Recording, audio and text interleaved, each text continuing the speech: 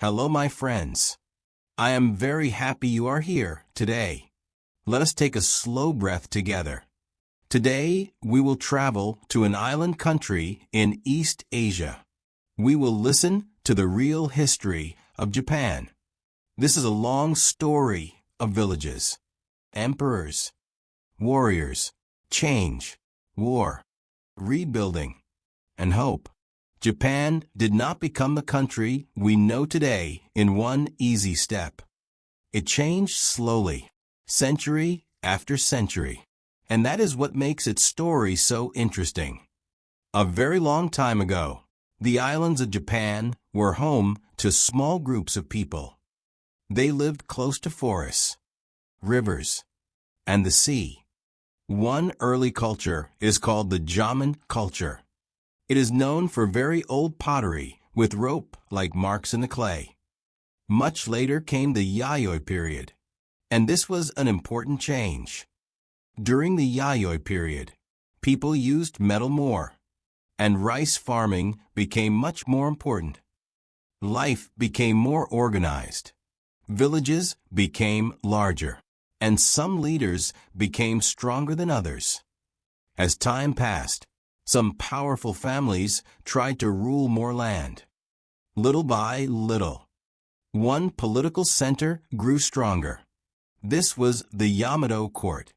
It became an early center of power in Japan.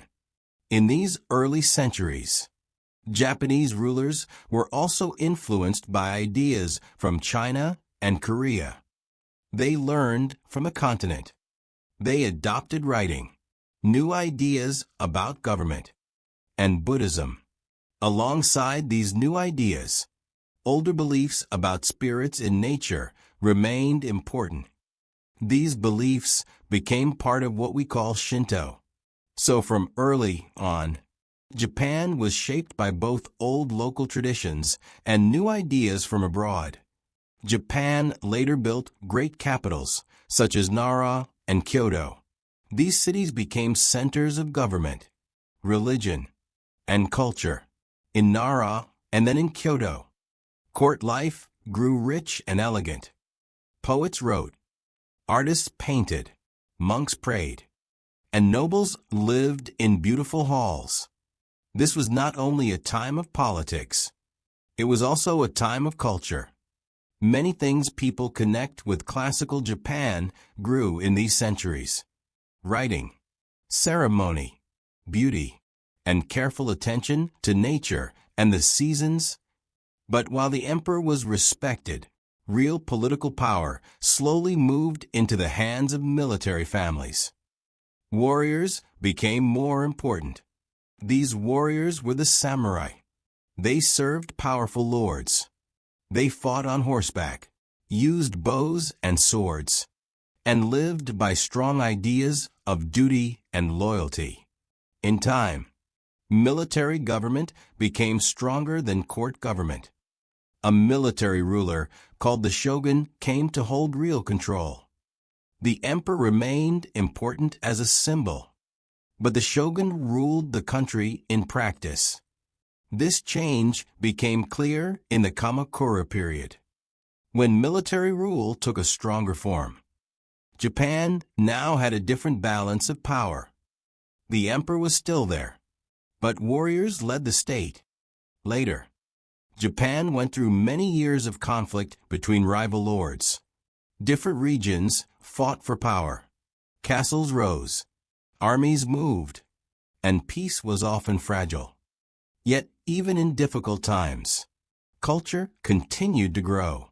Temples were built. Gardens were designed, and new forms of art appeared. History is often like that. Trouble and beauty can live side by side. After many years of struggle, Japan was gradually unified again. In the late 16th century, powerful leaders worked to bring the country together. Then, in the early 17th century, Tokugawa Ieyasu established a new shogunate. This began the Edo period, named after Edo, the city we now call Tokyo. Under the Tokugawa shoguns, Japan entered a long time of relative peace. Society became ordered and strict. Samurai were still important, but many of them became officials and administrators in a more peaceful age. During the Edo period, Japan was not completely cut off from the world, but it was much more closed than many other countries. The Tokugawa government tightly controlled contact with foreign powers. This helped the rulers keep order at home. Inside the country, towns grew, trade expanded, and culture became lively. In cities such as Edo, Osaka, and Kyoto, ordinary people enjoyed theater, books, fashion, and art. So even though the government was strict, daily life in the cities became rich and active in its own way. But the world outside Japan was changing very fast.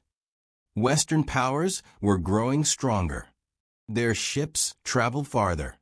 Their guns were stronger. And their governments wanted trade. In 1853, Commodore Matthew Perry of the United States arrived with warships. This was a shock to Japan. For more than 200 years, the shogunate had controlled outside contact very carefully. Now foreign pressure was at Japan's door, and many Japanese leaders feared the country was not ready. This moment helped start one of the biggest changes in Japanese history.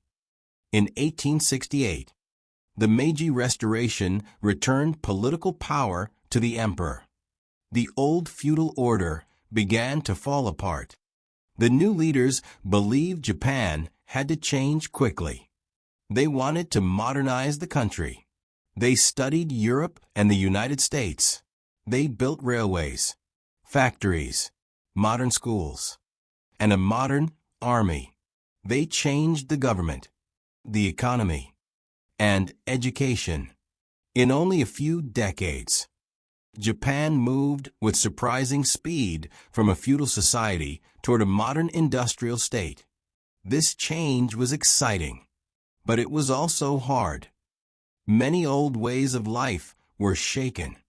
The samurai class lost its old place. New jobs appeared. Cities grew, and children went to modern schools. Japan's leaders wanted the country to be strong enough to stand equal with Western powers. They feared that a weak Japan might be controlled by others. So modernization was not only about trains and factories. It was also about survival, dignity, and national power. As Japan became stronger, it also became more ambitious. In the late 19th and early 20th centuries, Japan fought wars and built an empire. It defeated China in one war and Russia in another. These victories surprised the world. Japan was no longer seen as weak or isolated. It had become a major power. At the same time, industrial growth continued, and the country expanded its influence abroad. But greater power also brought greater danger. In the early 20th century, Japan continued along this path. During the Showa period, especially in the 1930s, militarism grew stronger. Some leaders believed military expansion would solve Japan's problems. They argued that Japan needed more land, more resources, and more control. The country moved deeper into war.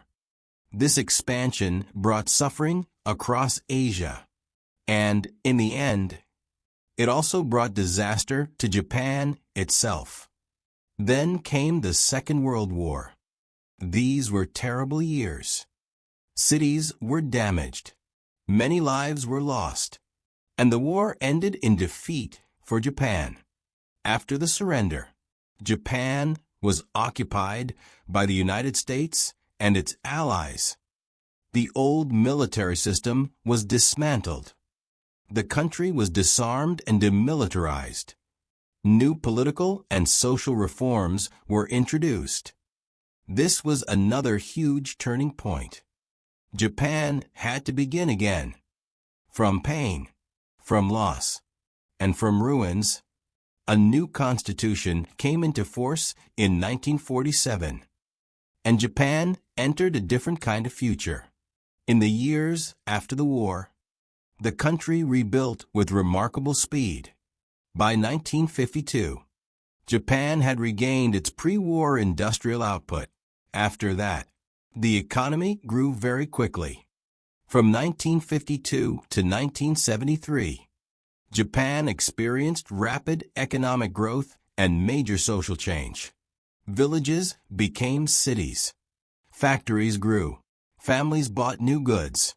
And Tokyo expanded into one of the largest cities in the world. This was the time when many people around the world began to see a new Japan. A Japan of cars, electronics, trains, factories, and hard work. The country became one of the world's great manufacturing powers. Japanese companies became known across the globe. Yet this modern success did not erase the past. Old temples still stood. Seasonal festivals continued. Tea, poetry, gardens, and traditional arts remained important. Modern life and old tradition lived together.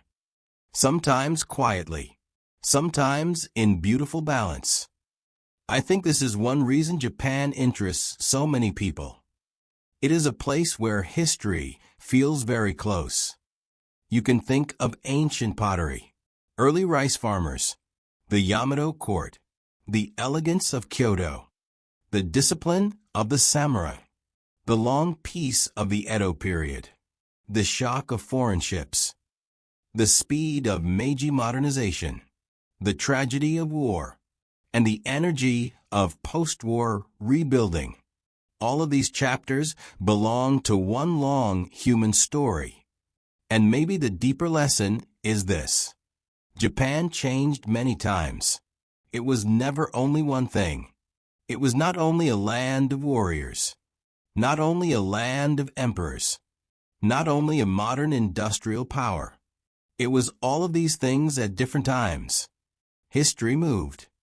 People adapted. And the country kept finding new forms. That does not mean every change was easy or good. Some periods brought beauty. Some brought suffering. Some brought both. But the long story of Japan shows how a society can change again and again, and still keep a sense of identity. Now imagine Japan across the centuries. In one age, a small village near the sea. In another, a noble riding by candlelight in Kyoto. In another, a samurai standing in armor. In another, a black ship entering the bay. In another, workers laying railway tracks. In another, a city rebuilding after war. And in another, a fast train moving through the modern landscape. The story is long, but every age speaks to the next. So that is our gentle journey through the real history of Japan. Thank you for listening with me today. You are doing beautiful work with your English. Step by step, story by story, I am proud of you for staying with this long history tale. Please tell me what true story you would like to hear next. And if you enjoyed this calm story, please like, comment, and subscribe.